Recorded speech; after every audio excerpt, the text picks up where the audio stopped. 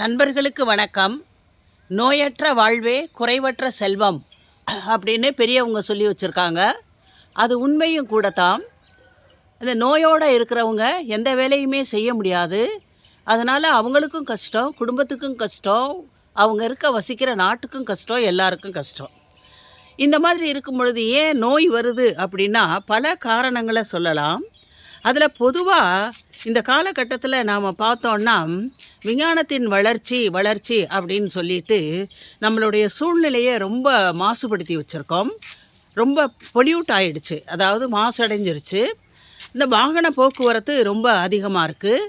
அதோட கூட இந்த நுகர்வோர் கலாச்சாரமும் ரொம்ப அதிகமாக பெருகிட்டதுனால இந்த நச்சு பொருள்கள் எல்லாம் சூழ்நிலையில் அதிகமாக சேர்ந்துருச்சு.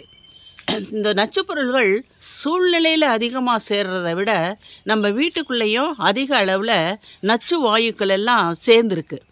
இந்த நச்சு வாயுக்கள் சேர்ந்துருக்கிறதுனால அநேக உடல் கோளாறுகள், நோய்கள் நமக்கு வருது. நம்ம உயிரை காப்பாற்றுறதுக்கு, அதாவது நம்ம பிராணன் இருக்கணும், உடம்புல இருக்கணும் அப்படின்னா அதுக்கு பிராண வாயு, ஆக்சிஜன் ரொம்ப ரொம்ப அவசியம்.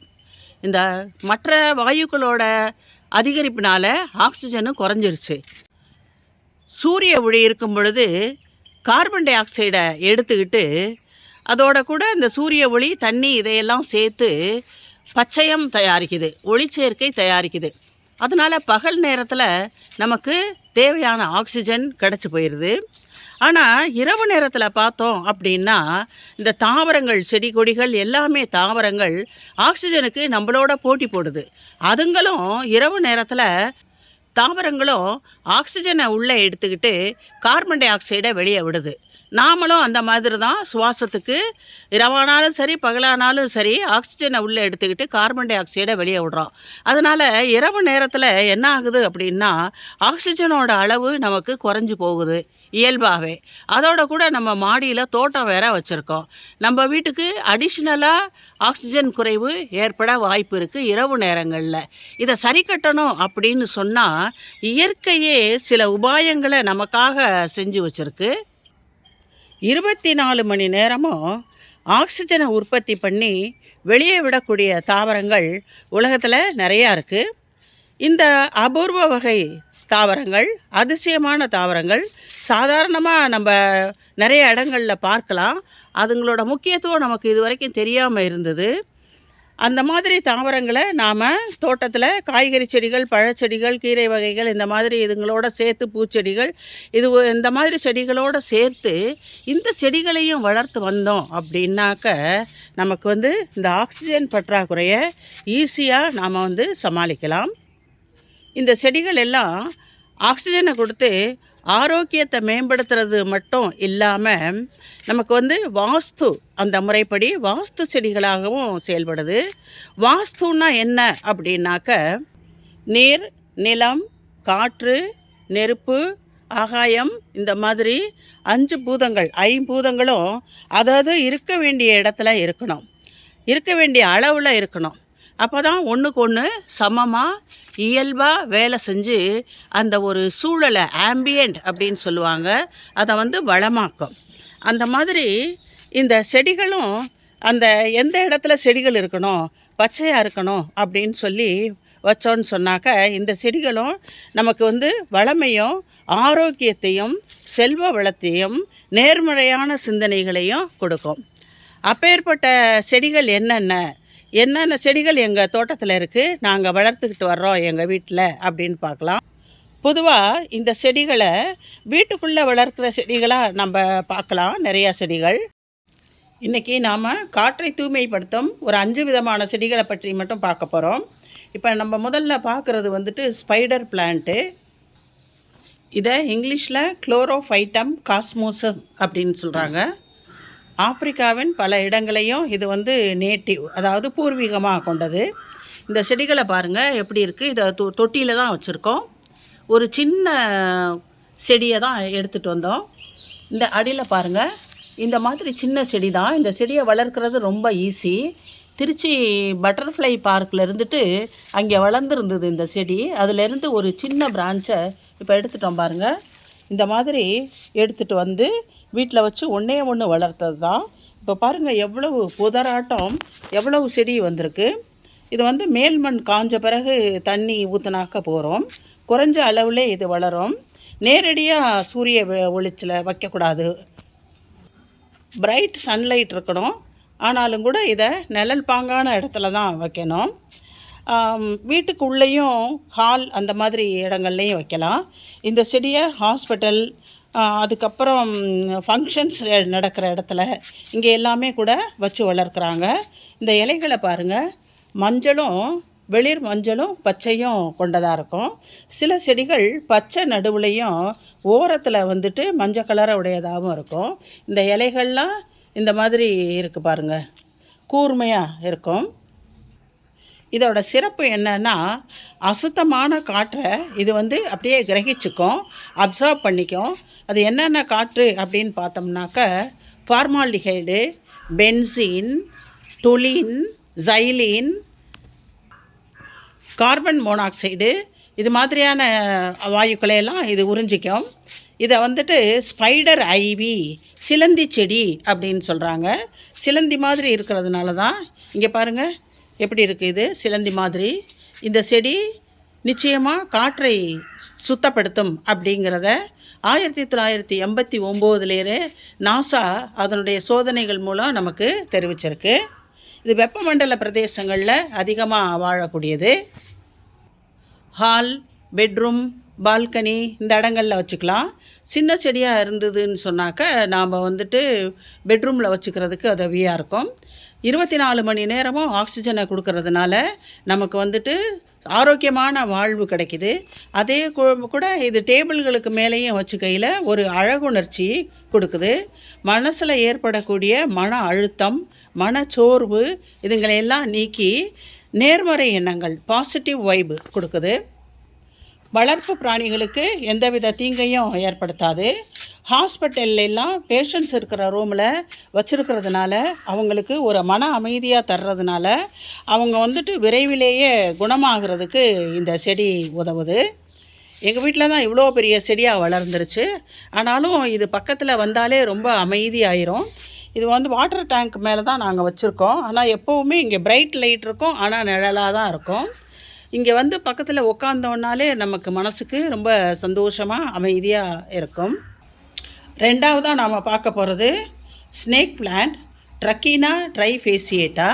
இது வந்து ஃப்ளோரிடா மற்றும் ஆப்பிரிக்காவை தாயகமாக கொண்டது. இதனுடைய நுனி பாகம் ஸ்னேக் அப்படியே பாம்பு படம் எடுத்துக்கிட்டு இருக்க மாதிரி இருக்கிறதுனால தான் இதை ஸ்னேக் பிளான்ட் அப்படின்னு சொல்கிறாங்க. பாருங்கள், எல்லா இலையுமே அப்படி தான் இருக்குது. அடுத்து இதுக்கு இன்னொரு பேர் வேறு இருக்குது. அதாவது mother in law ஸ்டங்கு. Mother in லா ஸ்டங் எவ்வளோ கூர்மையாக இருக்குமோ அது மாதிரி இந்த நுனியெல்லாம் கூர்மையாக இருக்குது அப்படின்னு சொல்கிறாங்க. அது மாதிரி இல்லை, இந்த செடி வந்து எந்த விதமான சூழ்நிலையிலையும் வளரக்கூடியது. 40 டிகிரி செல்சியஸ் வரைக்கும் கூட வளரும். ஆனால் இதை ஓரளவுக்கு நிழல்லே வைக்கணும், பிரைட் லைட் இருக்கணும், நிழலில் இருக்கணும். அதனால தான் போர்ட்டிக்கோவில் நாங்கள் வச்சுருக்கோம். அதிக பராமரிப்பு தேவையில்லை. சாதாரண தோட்ட மண்ணிலே நல்லா வளரும். ஒரு 2 மாதத்துக்கு ஒருக்கா கொஞ்சம் ஒரு கைப்பிடி மண்புழு உரமோ மக்கிய தொழு உரமோ கிச்சன் வேஸ்ட் கம்போஸ்ட்டோ போட்டு விட்டோம் அப்படின்னா போகிறோம். மேல்மண் காஞ்ச பிறகு ஒரு வாரத்துக்கு ஒருக்கா தண்ணி கொடுத்தா போகிறோம். இதையும் ஈஸியாக ப்ராப்பகேட் பண்ணலாம். இங்கே பாருங்கள், ஒரு இலையை இந்த ஒரு இலையை கட் பண்ணி நாம் மண்ணில் நட்டு வச்சோம் அப்படின்னு சொன்னால் புதுசாக செடி வந்துடும். அதோட தொட்டியில் பாருங்கள் புதுசாக வளர்ந்துக்கிட்டே இருக்கும். இது பாருங்கள் புதுசாக வளர்ந்தது. ஒரே இலை வச்சு வளர்ந்தது தான் இப்போ இவ்வளோ செடிகள் இருக்குது. இலையை கட் பண்ணி குப்பையில் போட்டோம்னாலும் கூட அந்த இலையோட அடியில் இருந்துட்டு புது செடி வந்துடும். இங்கே நீங்கள் பார்க்கலாம், புது கன்று வந்துக்கிட்டு இருக்குது. அதனால் இதை வளர்க்குறதும் ரொம்ப ஈஸி. இந்த செடியும் நம்ம வீட்டுக்குள்ளே இருக்கிற நச்சு வாயுக்களான ஃபார்மால்டிஹைடு, பென்சீன், டொலின், ஜைலின் இதையெல்லாம் வந்து உறிஞ்சிக்கிட்டு 24 மணி நேரமும் நமக்கு வந்து ஆக்சிஜனை கொடுத்துக்கிட்டே இருக்கும். அதனால் இது இருக்கக்கூடிய சூழ்நிலையில் நமக்கு வந்து எப்போவுமே ஃப்ரெஷ்னஸாக இருக்கும். இது இருக்கக்கூடிய இடத்தையும் ஈரப்பதமாக வச்சுருக்கோம் இந்த செடி. இதை சின்ன செடியாக இருந்தால் ஒரு அழகான பாட்டில் வச்சு பெட்ரூமில் ஒரு டேபிள் மேலே வச்சுக்கலாம். அதனால் நமக்கு வந்துட்டு ஆழ்ந்த உறக்கம் வரும். அதனால் மன அமைதி, புத்துணர்ச்சி இதெல்லாமே கிடைக்கும். இந்த மாதிரி செடிகளை நாம் வீட்டுக்குள்ளே வெவ்வேறு இடத்துல வைக்கிறதுனால வீடுக்கு ஒரு அழகுணர்ச்சி ஏற்படும். வீட்டுக்குள்ளே வரும்பொழுதே நமக்கு ஒரு நல்ல நேர்மறையான எண்ணங்கள் ஏற்படும். பசுமை மாறாமல் நீண்ட நாள் வாழக்கூடியது. இந்த செடி இருக்கிற இடத்துக்கும் ஒரு அழகை கொடுக்கும். அதனால் நமக்கு மன அழுத்தம், மனச்சோர்வு, அதாவது ஸ்ட்ரெஸ், டிப்ரெஷன் எல்லாமே குறைஞ்சு மனசு அமைதியாகும். அடுத்து 3ஆவதாக நாம் பார்க்க போகிறது கிரைசாலிடோ கார்பஸ் லூட்டசென்ஸ் அரிகா பாம். இது ஒரு பனை வகையை சார்ந்தது. மடகாஸ்கரில் அதிகமாக வளருது. அதோட கூட மலேசியா, பிலிப்பைன்ஸ், இந்தியா, அந்தமான் தீவுகள் எல்லா இடத்துலையும் இது நிறையா இருக்குது. காடுகளில் 40 வருஷம் கூட இது வாழும். அதாவது ட்ராபிக்கல் ரெயின் ஃபாரஸ்ட் அப்படின்னு சொல்லக்கூடிய காடுகளில், வெப்பமண்டல மழை பிரதேசங்களில் இது அதிகமாக வாழும். இந்த செடியை நம்ம பார்த்தோன்னு சொன்னாக்க இந்த ஹாஸ்பிட்டல்ஸ், கான்ஃபரன்ஸ் ஹால்ஸ், அப்புறம் பார்க்கு இங்கே எல்லாம் நிறையா வளர்ப்பாங்க. இதுவும் ஒரு பனை வகையை சேர்ந்த மரம்தான். பனை மரம்னாலே சுபிட்சந்தான். பனை மரங்கள் நமக்கு நன்மையை தான் கொடுக்கக்கூடிய மரங்கள். இதுவும் நீண்ட நாள் வாழக்கூடியது. சின்ன தொட்டியில் வச்சோன்னா சின்ன மரமாகவே வளர்ந்துக்கிட்டு இருக்கோம். இது பெரிய தொட்டியில் வச்சதுனால இது ரொம்ப பெரிய மரமாக ஒரு 10 அடிக்கு மேலே வளர்ந்துருக்கு பாருங்கள். எங்கள் வீட்டில் 2 வருஷம்தான் ஆச்சு இது வச்சு. இதை எப்படி ப்ராபகேட் பண்ணலாம், இதை எப்படி வளர்க்கலாம், அதிகப்படுத்தலாம், செடியை புது செடி வளர்க்கலாம் அப்படின்னா இப்போ உள்ளே போகிறோம் பாருங்கள். இந்த செடி வளர வளர இதோட அடியில் இங்கே பாருங்கள், இதுதான் பேபி பிளான்ட். இந்த பேபி பிளான்ட் வரும். இந்த பேபி பிளான்ட்டை எடுத்து புது தொட்டியில் நாம் நட்டோம் அப்படின்னு சொன்னால் நமக்கு இன்னொரு செடி கிடச்சி போயிடும். இது மேல்மண் காஞ்ச பிறகு மட்டும் இதுக்கு தண்ணி ஊற்றணும். 2 நாளைக்கு ஒரு தடவை, 3 நாளைக்கு ஒரு தடவை ஊற்றணுன்னா போகிறோம். இதுவும் பிரைட் சன்லைட்டில், ஆனால் நிழலில் தான் இருக்கணும். இதையும் எங்கள் வீட்டுக்கு கீழ் வீட்டில் அந்த வாசல் படிக்கு 2 பக்கமும் இந்த ஸ்னேக் பிளான்ட்டையும் அரிக்கா பாமையும் வச்சுருக்கோம் பாருங்கள். இதே வீட்டுக்கு ஒரு அழகுணர்ச்சியை கொடுக்கும். Golden palm, yellow cane palm, butterfly palm அப்படின்ட்டு இதுக்கு நிறைய பேர் இருக்குது. இந்த செடியும் காற்றில் இருக்கிற மாசுகளான ஃபார்மாலிகைட், பென்சீன், ஜைலின் இந்த மாதிரி பொருள்களையெல்லாம் உறிஞ்சிக்கிட்டு 24 மணி நேரமும் ஆக்சிஜனை கொடுக்கக்கூடியது. இந்த செடியும் நாசாவால் ரெக்கமெண்ட் பண்ணப்பட்ட செடி தான். ஓய்வு நேரங்களில் இந்த செடிகளுக்கு பக்கத்தில் உக்காந்துட்டோம் அப்படின்னு சொன்னாக்க நமக்கு மனசுக்கு ஒரு அமைதி கிடைக்கும். எந்த விதமான மன பதற்றம், ஸ்ட்ரெஸ்ஸு, மன அழுத்தம் எல்லாத்தையுமே போக்கிறோம். இது பாருங்கள், குட்டி ஸ்பைடர் பிளான்ட். இது ஒரு வகை. இதில் பார்த்தா முன்னாடியே நான் சொன்ன மாதிரி நடுவில் பச்சையும் 2 ஓரத்தில் மஞ்சளும் இருக்குது பாருங்கள். நம்ம வீட்டுக்குள்ளே இருக்கிற வறட்சியை போக்கும், அதாவது குளிர்ந்த சூழலை ஏற்படுத்தும். அதனால் தோல் வறண்டு போகிறது, தொண்டை புண், சுவாச கோளாறுகள் எல்லாத்தையுமே இது சரி பண்ணக்கூடியது இந்த செடி. 4ஆவது இங்கே இருக்கிற செடி மணி பிளான்ட்டு, கோல்டன் பேத்தோஸ் எபிப்ரென்னம் ஆரியம் அப்படின்னு ஆங்கிலத்தில் சொல்கிறாங்க. இது மூரியா சொசைட்டி ஐலாண்ட் என்ன ஃப்ரெஞ்சு நாட்டில் இருக்கக்கூடிய பாலினேஷியா பகுதியை சேர்ந்தது. இதுவும் காற்றை தூய்மைப்படுத்தும் செடிதான். Air purifier. நல்லா செழிப்பாக வளரும்.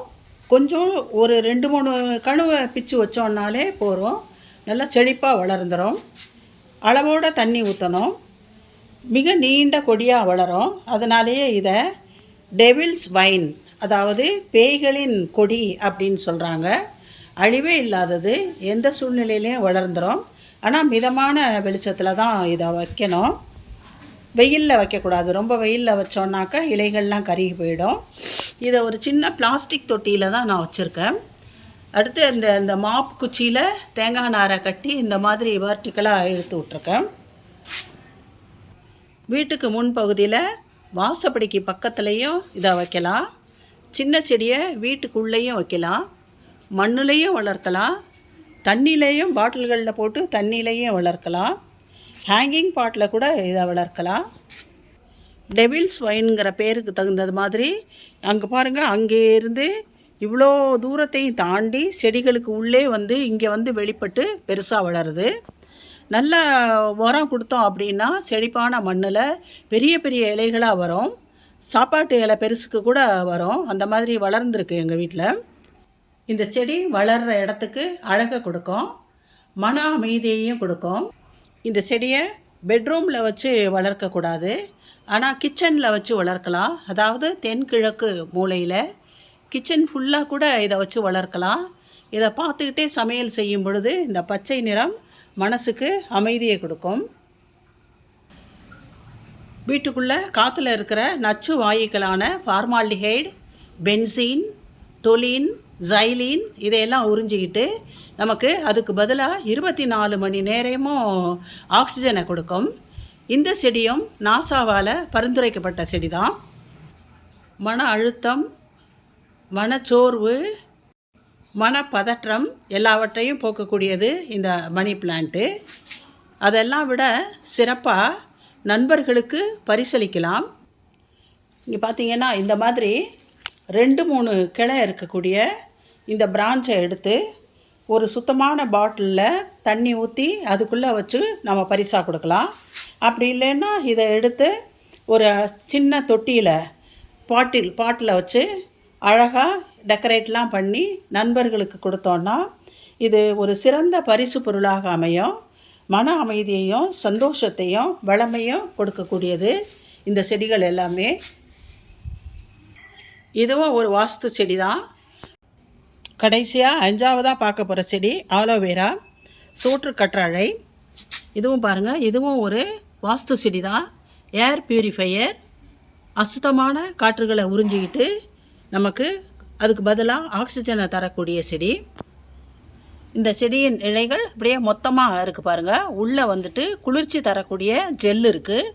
அதனால் இந்த இலைகள் இந்த மாதிரி மொத்தமாக இருக்கிறத சக்யூலண்ட் பிளான்ட்ஸ் அப்படின்னு சொல்லுவோம்.